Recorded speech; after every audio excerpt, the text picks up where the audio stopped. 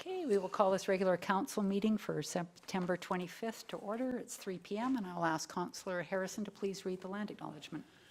Thank you, Mayor Barclay. The town of Innisfil acknowledges that we are meeting on Treaty 7 territory, the ancestral and traditional territory of the Blackfoot Confederacy, Kainai, Pinkani, Siksika, as well as the Tsuut'ina First Nation and Stoney Nakoda First Nation. We acknowledge that this territory is home to the Métis Nation of Alberta, Region 3, within the historical Northwest Métis homeland. We acknowledge the many First Nations, Métis, and Inuit who have lived in and cared for these lands for generations. We are grateful for the traditional knowledge keepers and elders who are still with us today and those who have gone before us. We make this acknowledgement as an act of reconciliation and gratitude to those whose territory we reside on. Okay, thank you, Councillor Harrison. And we'll move into the agenda. Are there any additions or deletions? No? Could I please have someone make a motion to adopt the agenda? I'll move that we adopt the agenda. Okay, thank you. All in favor? All right, carried. And we will move into 3.1, the regular council meeting minutes for September the 11th. Councillor Bates. Sure, I'll move those minutes for Okay. approval. Thank you. Any discussion about them? All in favor? All right, carried. And then 3.2, the agenda and priorities meeting for September the 18th. Please have someone make a motion that we adopt those. Councillor Wing. I'll move those minutes, Mayor Barclay. Thank you. All in favor? Okay, carried. So we'll move into 4.1 now, and I'd like to welcome Danny Rieberger to come do a presentation on an Innisfil Legion banner project.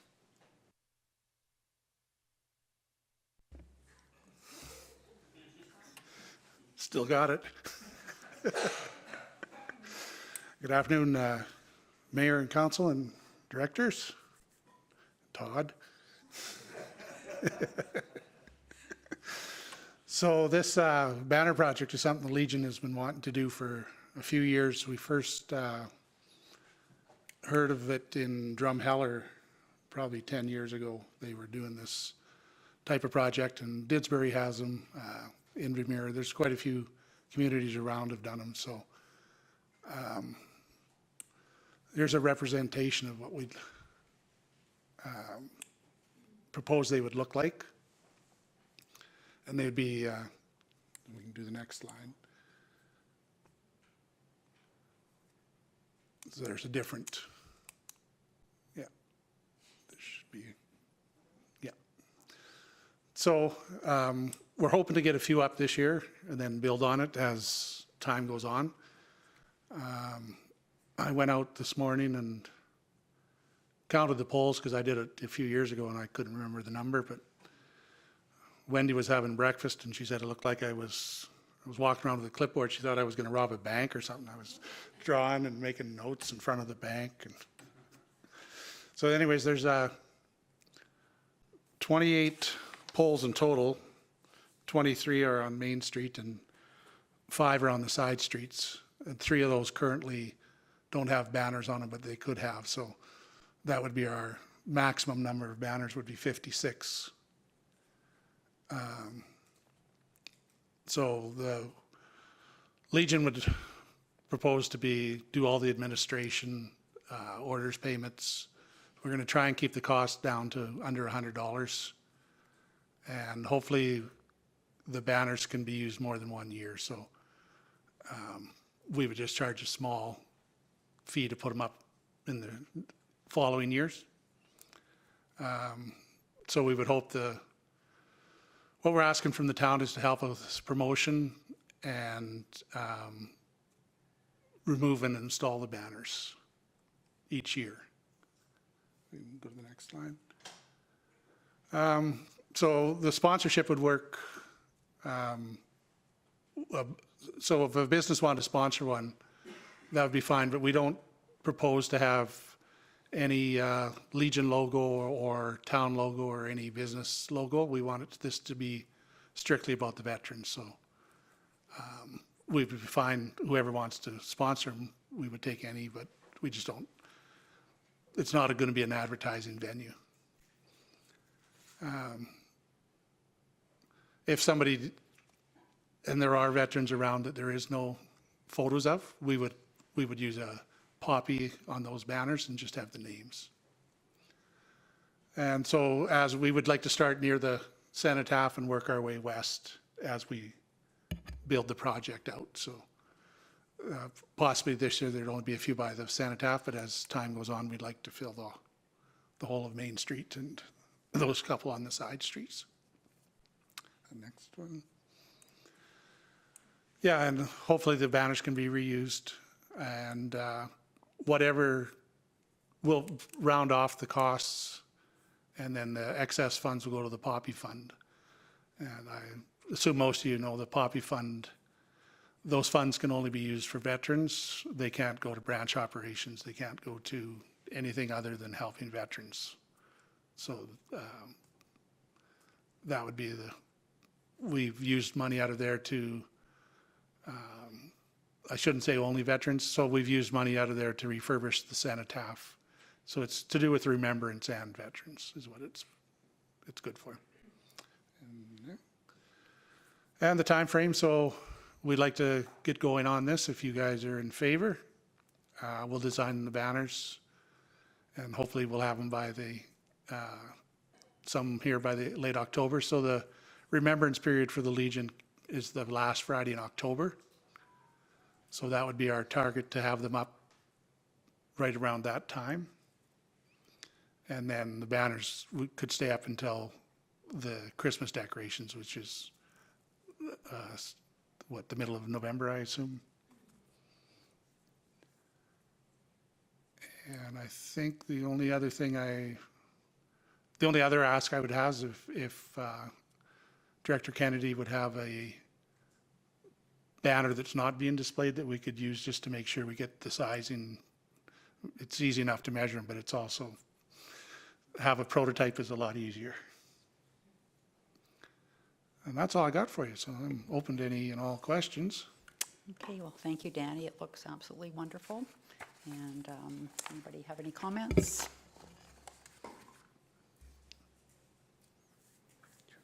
Councillor Husted?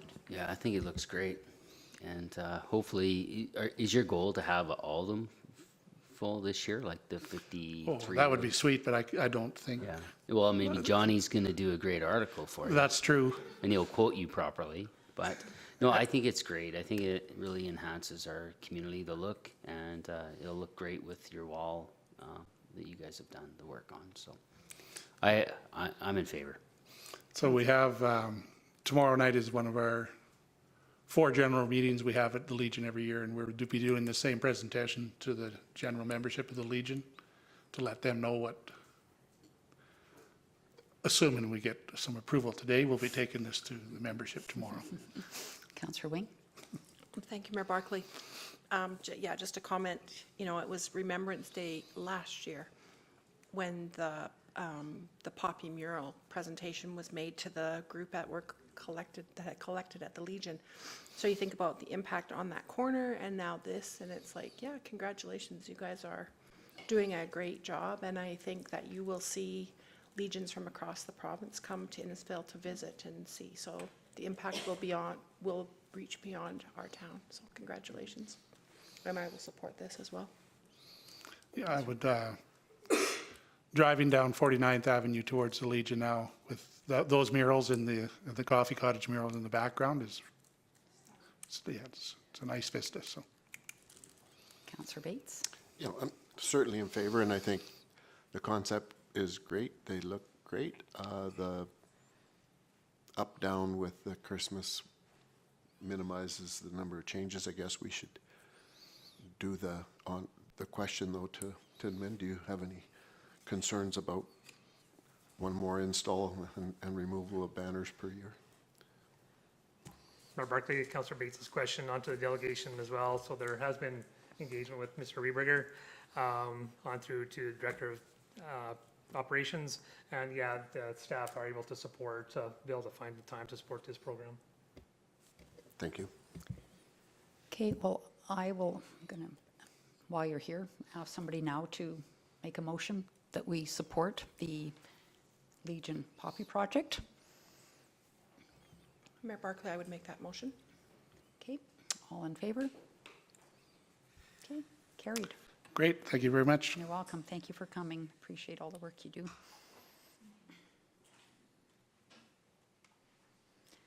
Okay, and we will move to 5.1 and the CEO report. Thanks, Mayor Barkley. Hello, Council. Just a few items for Council attention. The report is in front of you for your review. Just wanted to verbalize that the Cape India delegation that was slated to coming up here in October has now been moved to April 2024. So we'll just postpone that until we hear back from Cape, and then advance any preparation onto you, Council, once we have those details. Just want to promote a partnership that we've created through the Innisfil Energy Hub with the Henday Association of Lifelong Learning. We recently met with their Henday representatives, and really a great opportunity to really promote some of the work we're doing with the Energy Hub, to hit a larger audience and to actually even create a program that is digital in nature too. So we'll continue working with the Henday on some programs perhaps.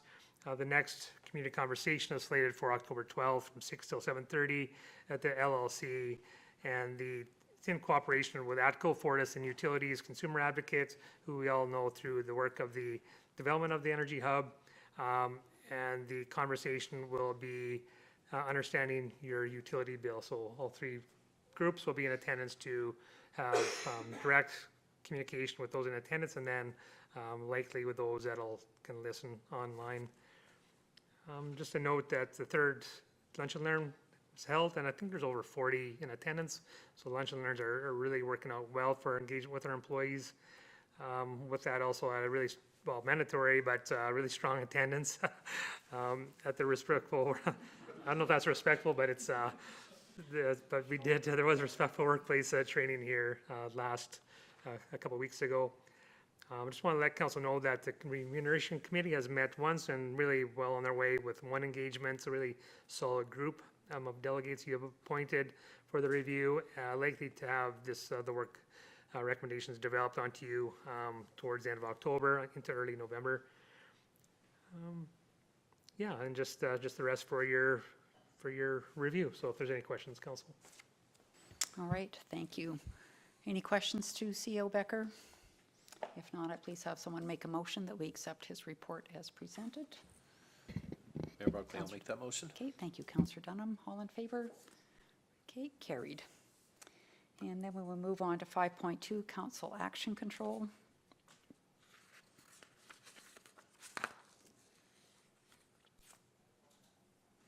Just have somebody make a motion that we accept this as information. Councillor Harrison. Thank you, Mayor Barkley. I'd so move that we accept for information. Okay, thank you. Does anybody have any comments, questions? None? Okay, all in favor? Okay, carried. Then we will move into 5.3 and welcome Manager Leith to talk about mutual aid agreements.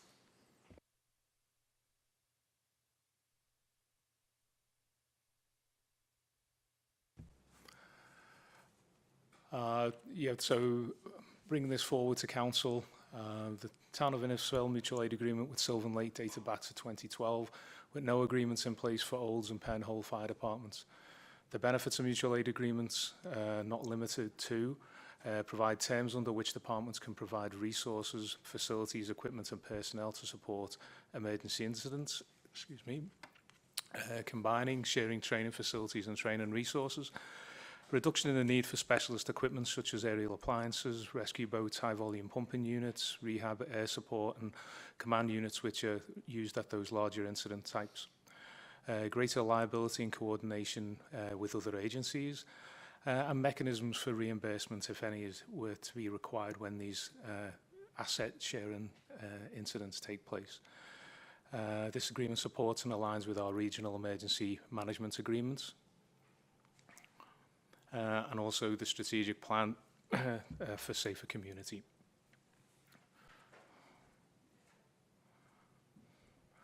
And the agreement was attached for you. I'm not sure if there's any questions that would arise for that. We have reached out to Sylvan Lake as well as Penhold and Olds, and are comfortable with the agreement or the draft agreement that was sent to them. Okay, thank you, Manager Leith. Does anyone have any questions? Councillor Wing? Thank you, Mayor Barkley. Through to Manager Leith. So I noticed Red Deer County is not a part of this agreement, and I'm curious about that. We had a fire incident across the alley from our house a couple of weeks ago, and Penhold was, or the county fire truck was on site. So will Red Deer County continue to participate with us, or are they out of this agreement? Yeah, these agreements are separate agreements, so we currently have a contracts arrangement with Red Deer County, so we provide fire provision for Red Deer County, so that unit that you've seen was crewed by Innisfail personnel, wasn't actually a Red Deer County unit. So in short, we already have an agreement in place with Red Deer County. Okay, any other questions? If not, I please have someone make the recommended motion. Councillor Heistad? That council approves the signing of the mutual aid agreements with Sylvan Lake, Penhold, and Olds Fire Departments. Okay, thank you. All in favor? Okay, carried. Thank you. Thank you. And we will go on to 5.4 now, Alberta Municipalities Emergent Resolution with CEO Becker. Thanks, Mayor Barkley. Just stemming from last week's AMP meeting and council's dialogue, informal direction to cease the advancement of the Emergent resolution to the AAM convention. It's just really more for the public record for you to consider the recommended motion. So if there's any questions beyond the report, be happy to help you out, but asking council to consider the motion as presented. Okay, thank you. Anybody have any comments or would like to make the motion? Councillor Harrison? Thank you, Mayor Barkley. I move the council directs administration to cease the development of the Alberta Municipalities Renewable Power Moratorium Emergent Resolution. Okay, thank you. Any comments, questions? Councillor Heistad? Yeah, I guess my comment would be, because we had some discussion at A&P on the motion itself, and I've given it quite a bit of thought on process, I think, for us dealing with motions going towards going to Alberta Munis and how we structure some of the work that we do, not only within council chambers, but just thinking on strategy of how we approach media, how do we approach subjects similar to this. I just felt it was a learning opportunity for me being back in this seat, and I think I believe there is advocacy still involved in the this resolution. So what the motion has been moved, but I'm going to will not vote in favor of it. Just that's where I'm at. Thank you. No, fair enough. Yeah, thank you. Any other comments? No? Okay, we have a motion. All in favor? Okay, and opposed? Okay, carried. Thank you. And we'll move on to 5.5. So just emergent resolution review. We don't need to go through these one by one because that would be a little bit much, but be here for a while. But I think there's some excellent resolutions. Of course, the emergent resolution came out, I think it was on Thursday or Friday, from Alberta Munis on the provincial funding and the LGFF, and they're obviously campaigning hard to try to get some more base money for sure in the agreement. So I think it's really interesting the numbers they've come up with. Also received an email Friday from Alberta Municipalities about a survey they would like communities to respond to with some of the information, how some of the provincial responsibilities are being downloaded to us. There was a letter from Canmore attached to it, and spoke with CEO Becker today, and I think he will get together with Director Vickers and take a look at that survey and see about providing the information that they require. It'll take a little bit of work. And then, of course, going into the actual resolution book that we will see this week, certainly lots of social issues in those resolutions. I think the first responders resolution, I think, is really important for our community, as we're certainly seeing an uptick in our volunteer fire department. Looking after first response, I think the libraries bill is another one, or B11, I guess, is that number.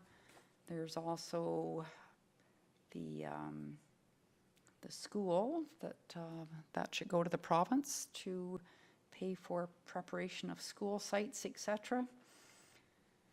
And the lending one's a good example there from St. Albert with the added 0.5% interest rate that municipalities have had to pay for the last 2 or 3 years.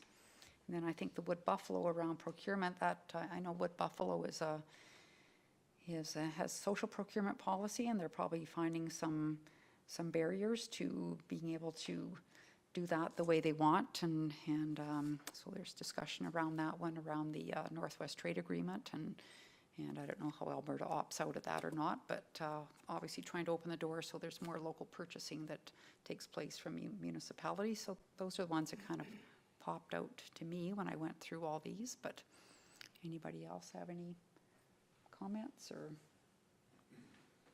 Councillor Bates? It's going to be interesting to go to, because there's an awful lot of asks there for funding, I think. And it'll be interesting to see if, during the discussion, if there emerges some priorities. Because I vaguely remember in the past, sometimes them saying, maybe we shouldn't push this one because it starts to reduce our importance of some of the ones. So yeah, it's going to be really interesting, and yeah, a lot of meaningful ones, and we'll see where they go. Okay. Anyone else have any comments? Okay.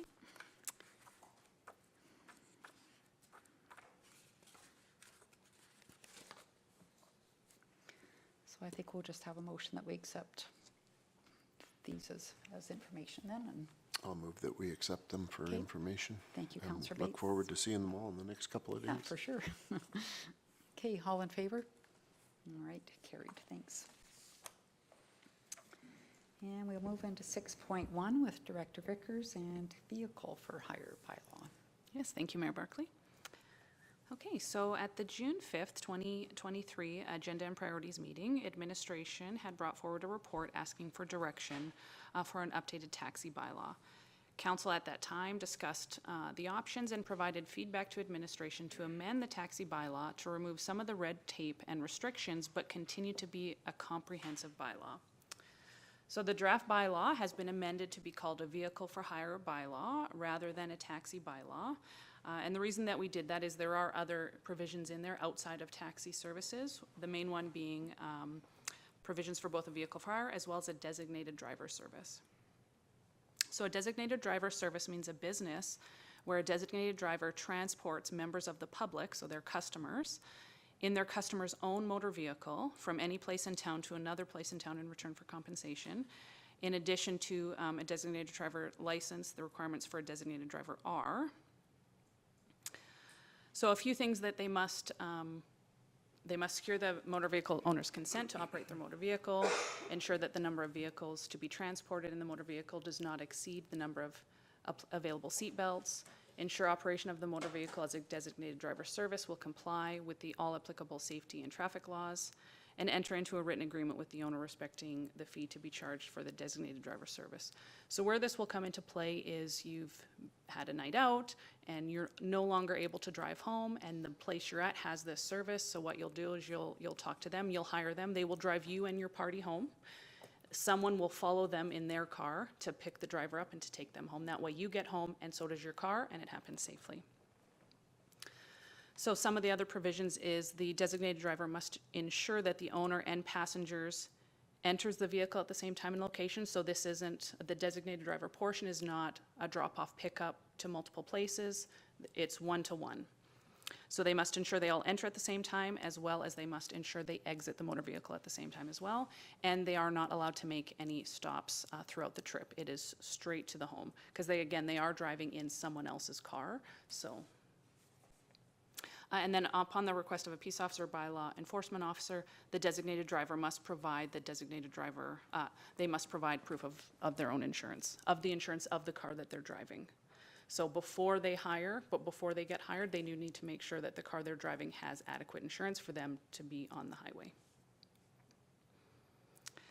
So we did complete a comparison with multiple municipalities regarding the fees, and we did attach that list for your review. So after a review of the comparison, we did determine that the brokerage license fee was unnecessary, and it has been removed from the bylaw, and we pivoted and just changed a requirement to just needing a business license. Administration felt that this was appropriate, as all businesses will be treated equally under this bylaw now.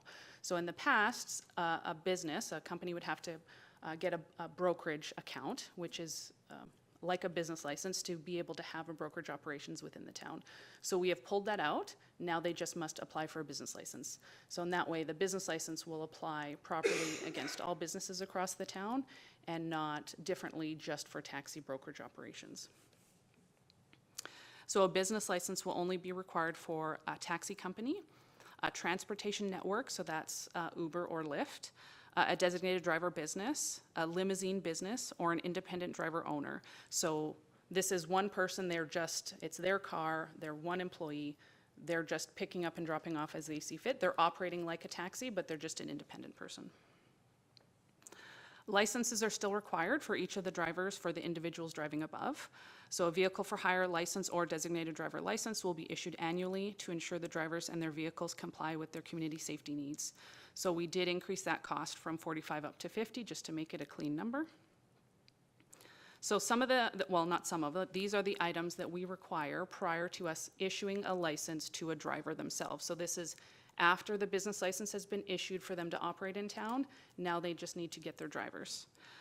So the first one is a completed application form. Then they need the fee prescribed in the rates and fees bylaw, proof and satisfactory to the CAO that the applicant holds a valid provincial operator's license. They also must provide proof of insurance to operate the motor vehicle as required by the Traffic Safety Act. A mechanical inspection completed by a certified mechanic, for the vehicle for hire to be used by the applicant dated within 30 days of the application. An abstract of the applicant's driving record issued by the province of Alberta, Register of Motor Vehicle Services, dated within 30 days of the application. A criminal record check and a vulnerable sector check, dated at least 30 days prior to the date of the application. They do need to have a photograph. Now, normally we do just take those photographs ourselves after they come in and apply. And that is for, to be given their license. We actually do issue a driver's license to these drivers. And if they are applying for an accessible vehicle for hire license, they will have to have proof of successful completion of an accessible driver training program that's been approved by the CAO, and then any other information reasonably required by the CAO to process the application. So most of these things we had already been checking previously. The only two things on this list that are addition to what we checked before was a mechanical inspection and proof of vehicle insurance. So we already checked for everything else outside of these two things. However, a designated driver license will not require mechanical inspection, as they're not driving their vehicle, they're driving the customer's vehicle. So other provisions of the bylaw include the minimum requirements of a vehicle for hire. So they include areas of appearance and cleanliness, licensee actions, and refusal and service. So just for example, under the appearance and cleanliness, it's really talking about how the vehicle is supposed to be looking. So for an example, the interior of the motor vehicle shall be kept reasonably clean, neat, and free of refuse, loose papers, and other materials. It goes on to talk about the exterior shall be kept reasonably clean. There should be no ornamentation other than the original equipment in or on the motor vehicle, and just making sure that the vehicle is appropriate to be picking up customers in town. Things that are no longer in the bylaw. So we did used to have a requirement for a taxi plate. We felt this was just an additional unnecessary charge, so we did remove that. The rates that taxis are required to charge to customers were in our old bylaw. We have removed those completely and feel that the rates you charge as a business should be up to you, and the market will determine whether or not you are too high or too low. The signage and markings displayed on a taxi. The requirement to operate 24 hours a day, 365 days a year, depending on how many people you actually have under your employment, that may be a little bit difficult to achieve, especially if you're a single driver with a single car. As well as the taxi license limits, we did have a provision in the old bylaw that only 8 licenses would be given out every year, and we have removed that from the bylaw. So some of the requirements under this bylaw do not apply to a motor vehicle operating as part of a transit system is operated by the town, so that would include our PACE buses. A motor vehicle operating as part of an intermunicipal or interprovincial bus service, an emergency vehicle, or a shuttle. And so a shuttle is like, for example, you're renting a car from Ford, or you're getting your car fixed at Ford, and they're providing you a shuttle. That's not part of this bylaw. That is a part of their business, and it's kind of covered under that. So we did update the penalties within the bylaw as well. So under sections 8, 17, and 20, we did have a fine of $500. And then a person found guilty of an offense under this bylaw that's not identified there is less than, they'll be charged $300. So for those three, it's $500, and for all others, it's $300. So recommendations from both Protective Services and the town's legal department have been incorporated to this draft, and no concerns have been noted. So administration is recommending approval of this bylaw, as it still maintains some requirements regarding the safety of customers, with the removal of some red tape and other restrictions. And pending the passing of this bylaw, administration will notify our current license holder of the bylaw change, and then we'll take additional notification via our current communication tools. So I'll take any questions that anyone has here. Okay, thank you, Director Vickers. So I guess just from liability standpoint, when they come in to renew the business license, will they have to provide the same information a year from now? So yes, Mayor Barkley, so the business license and the driver's licenses are separate, and the driver's license will be maintained annually. So we will be getting their insurance, their driver's abstract, their criminal annually, just to make sure that anything can happen throughout the year. Yep, perfect, thank you. Any questions, Councillor Wing? Thank you, Mayor Barkley, and through to our director. This question is regarding the designated driver portion of this bylaw. So from what I understand here, Director Vickers, so I'm thinking of the driver take-home program in Red Deer. So a group gets together in Innisfail, they go down to an event in Innisfail, they make arrangements so that the designated driver program then will pick that group up and take them back to one home. So they're not allowed to drop the group off at their respective homes. So what are we doing with that group of people once they're all in one location that's not at the event? We've moved a group of overserved people to a house in West Park or wherever. How do they get home? The driver take home in Red Deer takes every single person in the vehicle home to their own respective houses. So I'm just curious about how we get that group of people home. Mayor Barkley, through to Councillor Wing. So the thought would be that they would have to pay for that service themselves. However, we can amend the bylaw to include multiple stops if that's something that council would desire. That way, once they get home, they're not rummaging around with their own vehicles to try and then drive home from that point, just not the bar, right? So if that's something that council would be open to, we can definitely amend that. It would just be harder for that service to provide a fee calculation, I guess, for a total drive, but that would be up to the business to determine that anyway. Thank you. So, good question. I'm curious, Director Vickers, like along the designated driver, do you feel that places in Innisfail that are serving alcohol, like will they have somebody kind of on site that will be that designated driver? Or, you know, what about the other people that come forward and they want to provide a Uber or type service? So Mayor Barkley, this could be both of those scenarios, right? So we actually do have a business in town that has inquired about a driver kind of take-home service where they would want to take home their patrons should they need assistance. However, this would also open up the opportunity that someone, a random person, could start their own driver take-home or something like that and have it open to the entire town. So it would just be depending on their business model. But again, we do have at least one business in town that is inquired about just doing driver take-home from their location only. Okay. Yeah. Okay. Councillor Dunham? Thank you, Mayor Barkley, through Director Vickers. Just a little observation. When I lived in Victoria, BC, we had a designated drivers program, and I know my friends and I used it a lot, and it actually became part of our routine. I think it was a very, very healthy way for us to be able to enjoy our time out and know that we had a safe ride home. And I know that in Victoria, there were several different services. We used one, but there were several there. It was also along the lines that you've proposed, where we were taken back to one person's place, and then we had to figure out our own way, whether we did it from there at our own dollar or whatnot. So Right. I think it's great that we're going this direction. It would be interesting to explore whether we can do the multiple drop-offs or not, but I definitely know that in Victoria, it was a very, very successful program. Like I said, we used it Yeah. a lot. Councillor Maceros? Thank you, Mayor Barkley, through to Director Vickers. I'm also pleased to see the designated driver piece in there. I've heard recently about a service, I can't remember if it's somewhere in Europe, where there's like a scooter kind of service. It's a similar kind of thing, so someone with a scooter will put the scooter inside the car, take the car home, and then has the scooter to get back to wherever that original location was. So I thought that was a fantastic idea. May through September.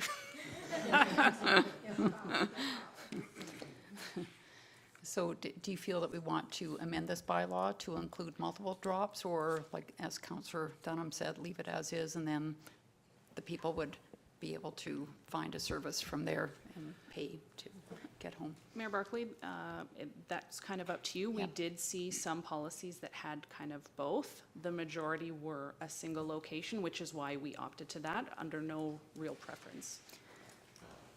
Councillor Harrison? and then Thank you, Mayor Councillor Wayne. Barkley. I know a lot of us, well, the establishments that are serving alcohol are actually responsible for their patrons when they leave their establishment. So I would like to see further consideration given to the multiple stops. You've got the driver and the owner of the car covered, but there could be another 4 or 5 people in the vehicle that needs to get home. And usually at the end of the evening parties, their intelligence quotient goes up by 100 points, and they like to drive.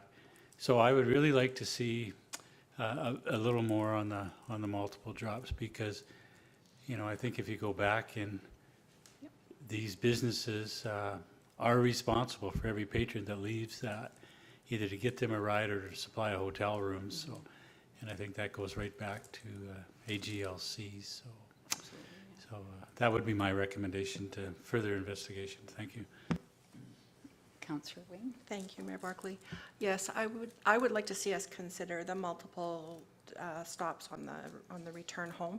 We don't have a lot of other options in Innisfil, so it's not like I can have 6 people come into my house and they can all phone a cab and go home.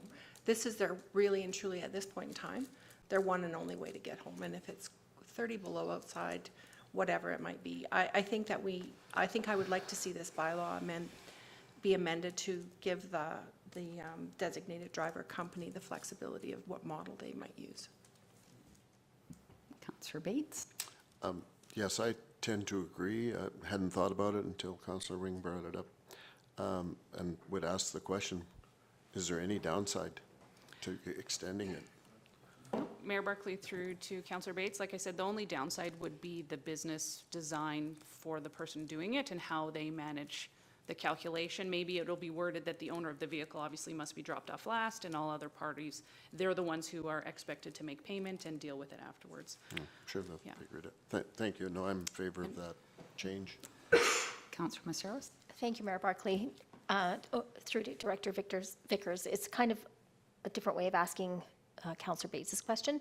So what is the thinking behind having only a one-stop policy? Is there some like thought that goes into a policy like that?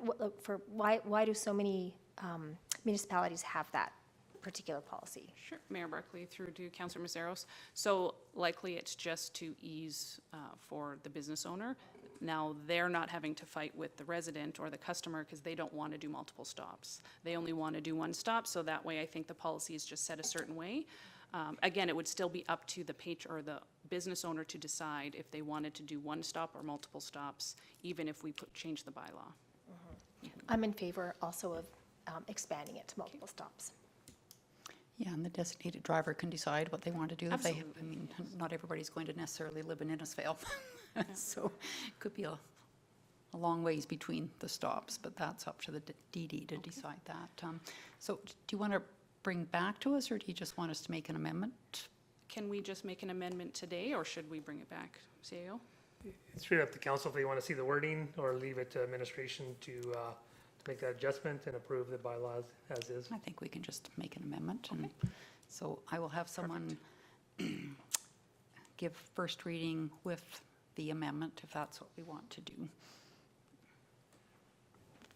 Councillor Maceros? Sure, I'll do that, Mayor Barkley. I'd like to move that council accepts and gives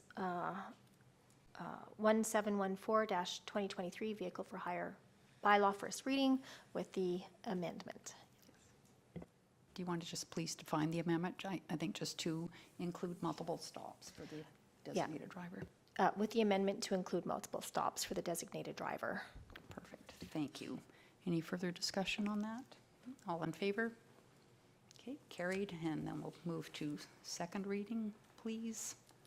I'll move the council accepts and gives 1714-2023 vehicle for our bylaw second reading with the same amendment. Okay, thank you. Discussion, all in favor? Carried. Then we please have somebody give consideration for third reading. Councillor Harrison. Thank you. The council gives consideration for 1714-2023 vehicle for hire bylaw third reading. Okay, thank you. All in favor?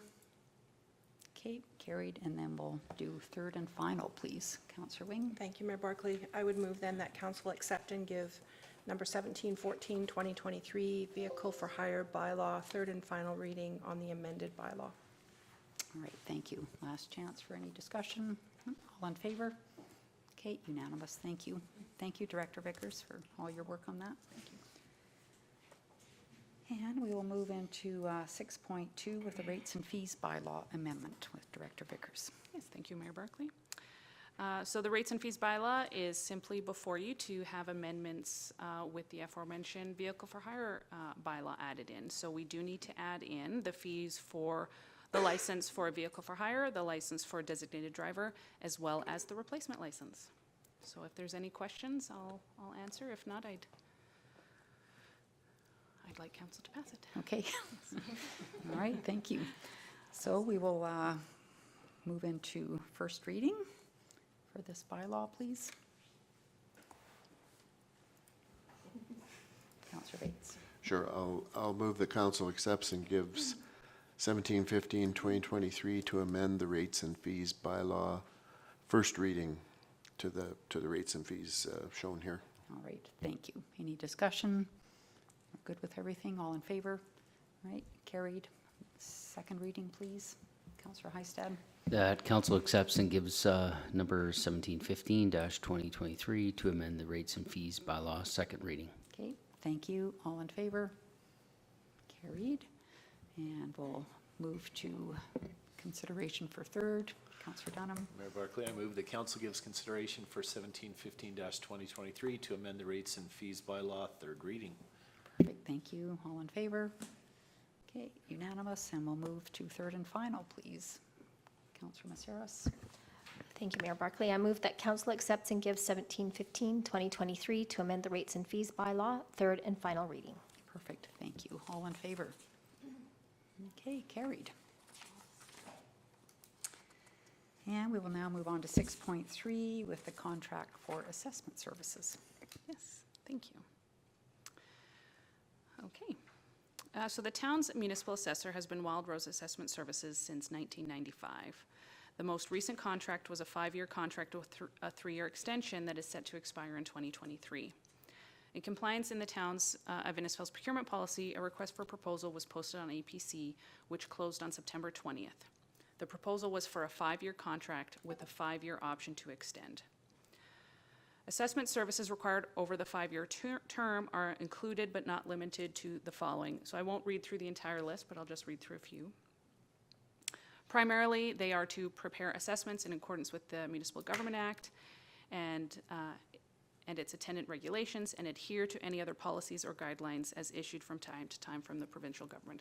So they are supposed to go out and look at every single property every year, provide us with an assessment, and then have to argue that assessment to those residents when complaints come up. So it's a full circle service that they do provide us right from start to finish, as well as any discussions with residents when the complaints come up, as well as if an appeal does come up, they are required to fully fight on our behalf in that appeal as well.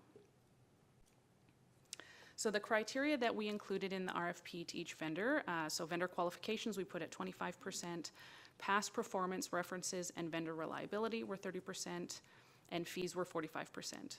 So the town of Innisfil only received one submission, and that was from Wild Rose Assessment Services. So they are not offering an increase for years 1 to 5 at all, so they're willing to maintain the same rate that we've had in 22 and 23, all the way up until the end of 2028. And then if we did want to extend in years 6 to 10, we would be looking to negotiate at that time, and we would bring that to council then. So in some cases, only receiving one proposal response can cause administration to send out another request for proposals or another tender document. However, Wild Rose Assessment Services has been our municipal assessor since 1995 and have served the community well. Their references are excellent and have many long-term clients. Most of their clients are longer clients than even we are of theirs. They have over 130 years of combined experience with the agricultural sector, residential, non-residential, oil and gas, and various machinery and equipment industries. As they have been our assessment provider for over 2 decades, they are aware of the work and what is required to provide quality assessment services. Administration would not recommend completing another round of requests for proposals at this time and would like to proceed with the award of the contract for our municipal assessor. So I am looking for 2 different motions. I am looking for the first motion that council approves the award of the assessment services contract to Wild Rose Assessment Services from October 1st of this year to September 30th in 2028 in the amount of $80,220 each year. Then I also need an additional motion that council appoints Wild Rose Assessment Services as the town of Innisfil's municipal assessor for the years of 2023 to 2028. And I'll take any questions. Okay, thank you, Director Vickers. Could I please have someone make the first motion? Councillor Dunham. Mayor Barclay, I move that council approves the award of the assessment services contract to Wild Rose Assessment Services from October 1st, 2023 to September 30th, 2028 in the amount of $80,220 for each year. Right, thank you. Councillor Bates. Just through to the director, just one question, which would be, you outlined, the appeal process. Have we ever had any appeals, and have we ever had any that resulted in a change? So Mayor Barclay, through to Councillor Bates. So what happens every tax year is we send the assessments out. You as a resident receive your tax notice and you're unhappy. You call in. 95% of the time, you're going to have a conversation with the assessor. You may or may not get a small adjustment to your assessment. That's how we like to try to handle them.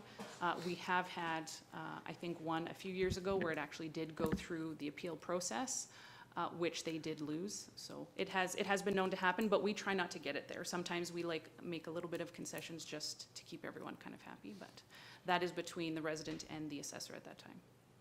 Okay, no, thank you. That answers the question perfectly well, that small number. And I do remember before I got on council making a call to them, and they told me how lucky I was. No, it was quite simple.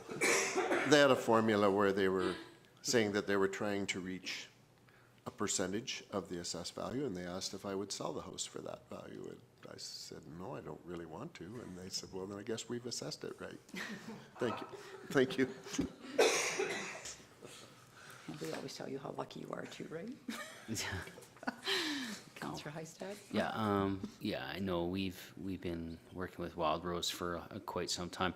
Question to Director Vickers is, do they, when they go out, like they're looking at all their data, with, I think it's CAMA and that, and then do they do door-to-door visits around town? Is that, because I have a question about that, is how they approach me at my house. It was kind of sneaky.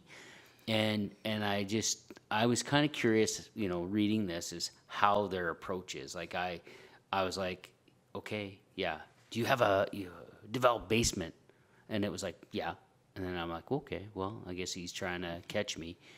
And it was kind of an awkward conversation. And like, it was like just being honest, right? Like on your, as to the Q&A. But it was, I thought it was interesting how they would present themselves, right? It was, you know, at the end of the day, you want your full assessment when you're selling your house, and you want to, you know, do that. But I was just curious on questions, the Q&A, and how they should be doing it properly, you know? Sure, yep. And not a setup, like I gotcha kind of thing.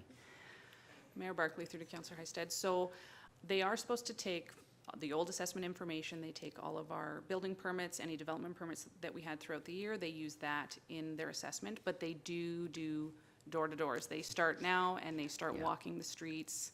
They'll walk up and down the streets. They'll be sneaking a peek in people's backyards, in back alleys. If they happen to see that you potentially could have done your basement where you didn't get a permit, then they are going to let us know.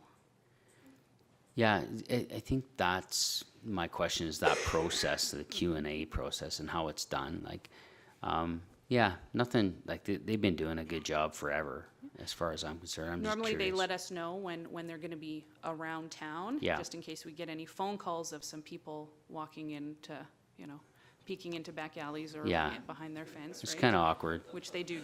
No, it's good to know, thanks. And they have identification. They do They're definitely not have coming in identification. plumbing Yes. outfits. No, there was a tag, They actually have Town of Innisfil tags, so that they know, that hopefully that gives our residents comfort that they're actually sent by us. Went to the right house, I guess. No comment for Johnny, no comment for Johnny. No. Could I please have someone make the first motion? Councillor Harrison? Thank you, Mayor Barkley. The council approves the award of the assessment services contract to Wild Rose Assessment Services from October 1, 2023 to September 30, 2028 in the amount of $80,220 for each year. Okay, thank you. Any further discussion? All in favor? Carried. And then we'll have second motion, please. Councillor Maceros? Thank you, Mayor Barkley. I will move that council appoints Wild Rose Assessment Services as the Town of Innisfil's municipal assessor for 2023 to 2028. Okay, thank you. All in favor? Okay, carried. Thank you. Thank you. Okay, we will move into 7.1, correspondence. Victim Services Barbecue is this week on Wednesday, so of course we will all be in Edmonton, but hopefully community will show up as they always do. I think it's down at the co-op. Is it the co-op? Yes.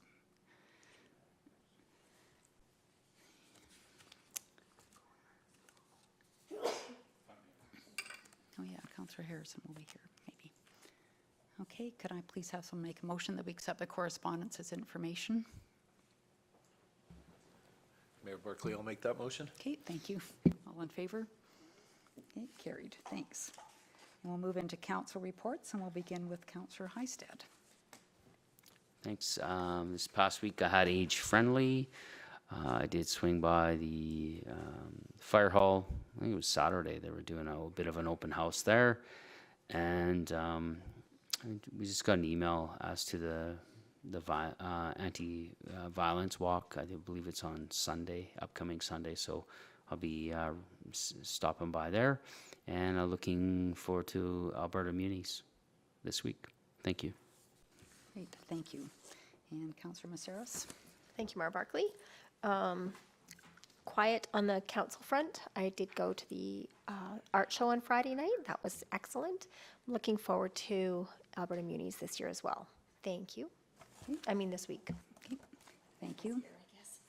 This week, this year. Councillor Bates? So, past week, I did go to the MDP meeting that we had. It was mostly an information exchange, as we didn't actually have a quorum. Attended, of course, strategic planning, and also went to the, I would call it the Central Alberta Informal Municipal Gathering at Sylvan Lake at their NextSource Center. It was a good get together with fellow councils. And this week, the AM convention. I assume late today we'll talk about carpooling, and I'm going to be one of the ones that wants to go in the later time frame of Tuesday. Thank you. Okay, thank you. And Juanita, can you just add Councillor Hysett and Ms. Harris into the strat planning as well? Because they were both there. Okay. I do that too all the time. Councillor Dunham?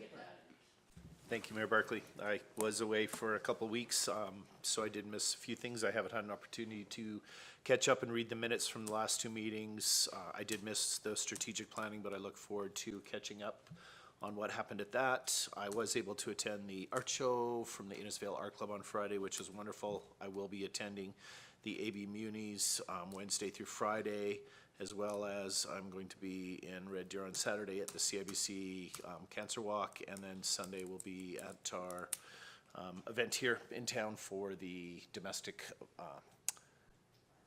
violence and spousal, yeah, that one. It's a tongue twister. Okay, thank you. And Councillor Harrison? Thank you, Mayor Barkley, and through to council. I had a very quiet week. Municipal-wise, I've been out of town all week dealing with some family matters. Thank you. Okay, thank you. Councillor Wing? Thank you, Mayor Barkley. Yes, I, like others, I attended the Municipal Development Planning Advisory Committee meeting last week, enjoyed our strategic planning day on Thursday, and attended the Regional Council dinner in Sylvan Lake on Thursday evening, and will be joining the rest of you at the Alberta Munis Annual Fall Conference in Edmonton this week. Okay, thank you. And we had a Central Alberta Mayors Group meeting this past week. I'll talk about that in a moment. Also at Strat Planning and out at the Next Source Centre in Sylvan Lake for a gathering of Central Alberta elected officials and CAOs. That facility, Mayor Megan said 500,000 visitors per year come through that facility. So it's quite an incredible place. And she announced that Innisfail would be hosting this next year. So I kind of nodded my head that we will. Of course, would take a little bit of budget, not too much. There was 45 people there, but it was a real nice gathering, and always nice to get together and hear other success stories and challenges and lots of laughs. So also attended the art show Friday night and Saturday morning. Stopped in briefly at the open doors here at the town office on Saturday, and I understand it was really busy, so thank you to Director Vickers and Ken and Manager Shaw and Pavali and the community members of the MDP committee that were here looking after that. Ron, I know you were here for a while as well, so a real good day for the town. So at the Central Alberta Mayor's meeting on Wednesday night, we had a presentation from the Central Alberta Child Advocacy Centre, which is now known as the Sheldon Kennedy Centre of Excellence. And it was absolutely fantastic. Dean Pasiak, he's the Director of Education Programs, and Jennifer O'Shea is the Campaign Director. So this, of course, is on site at RDP, and it's really a holistic approach to helping youth that have been through traumatizing events, and they can house them there for up to 6 months as well. Dean shared some stats that are just kind of chilling. 65% of the files that come to the Child Advocacy Centre are from rural Alberta, and 96% of the children know their abuser. They have 6 investigators. 56% of the files come from schools, but the Child Advocacy Centre has only presented to 15% of the schools. So they're very much wanting us to get the word out and get their professionals into schools and become a trusted voice. 68% of the cases are sexual abuse, 25% are physical and maltreatment, and 7% are addiction. From 2017 to 2022, they have provided supports to 9,206 people. And in 2022, that number was 2,906. There's 10 school jurisdictions, so their central zone is really the same as the Alberta Health Services central zone, so it's very large. And the message that Dean wanted to give to us is, don't think this doesn't happen in your community, because it happens everywhere. And it happens just as much here as it does next door. The second floor in this facility has been named the Lindsay Moore Mental Health and Addictions Hub. Of course, people may be familiar with Smiles Through Lindsay, and Lindsay took her own life, sadly, in 2015. probably a recipient of bullying and struggled with mental health. The second floor houses 41 rooms with a kitchen. There's a climbing wall. MNP comes in and offers junior achievement programs to the kids, and it really gives the youth a place that they can feel safe and they can begin a very, very long journey of healing. The facility itself was $23 million. They've been fundraising $12.4 million of that. There was 5 donors that stepped forward with $1 million each in donations, but they've only been able to get one person to reveal who they are. The other 4 still will not and likely won't. They want to remain anonymous. So I think that's a real testament to who these people are. So it was a wonderful presentation, and they very much would like to invite us and all of councils in Central Alberta to come for a tour. So I hope at some point in time in the next several weeks that we can set that up if council would like to go there and go through this facility, and they would do a presentation to us there that day and share a lot of the things that they shared with us on Wednesday night. So it was really an eye-opener, and I had, we need to print this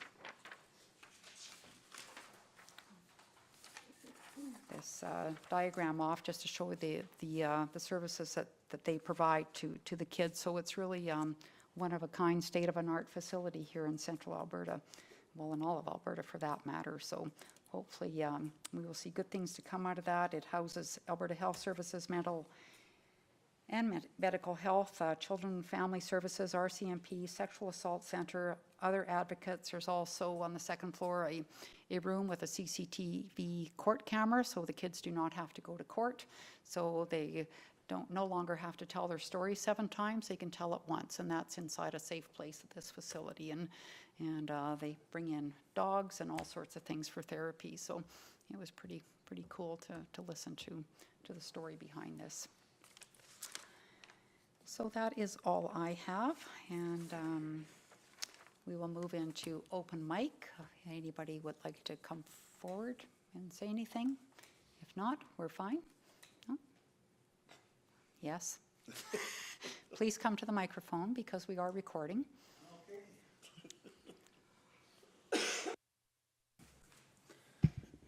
So just in regards to the designated driver program, it didn't seem clearer to me as an establishment.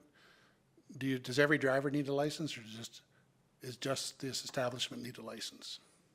Director Vickers.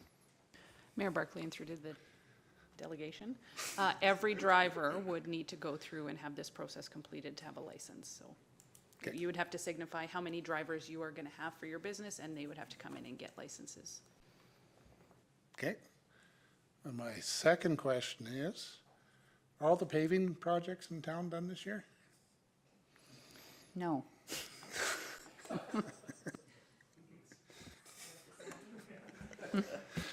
I have to dump my trailer soon, so I'm just curious. No, we have not completed all of our projects under the capital project program, so So next year? next year. I'll be back. I'll be back. As long as we have open mic, you'll be back. Just kidding. Okay, thank you for those questions. So we will move into upcoming events and just have somebody make a motion that we accept this as information, please. Councillor Maceras. I'll move that we accept this as information. Okay, thank you. All in favor? Okay, carried. And they will have a motion to go in camera, please. Councillor Make Dunham. that motion. Mayor Barkley? Okay, thank you. All in favor? Okay, we'll just